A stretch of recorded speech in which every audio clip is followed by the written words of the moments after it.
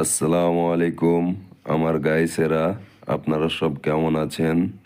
আজ পবিত্র জুম্মার দিনে মুফতি আমির হামজা এসেছে কুমিল্লা চৌমনিতে সকাল 10টা 30 মিনিটে।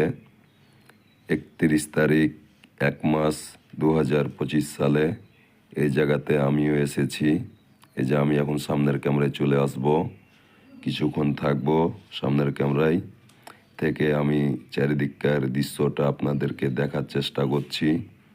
এই যে দেখেন কতগুলা জনগণ দিনের বেলায় আমির হামজা এসেছে কুমিল্লা চৌমনিতে। এখানে আমিও এসে ভিডিও করছি, আপনাদেরকে দেখাবো।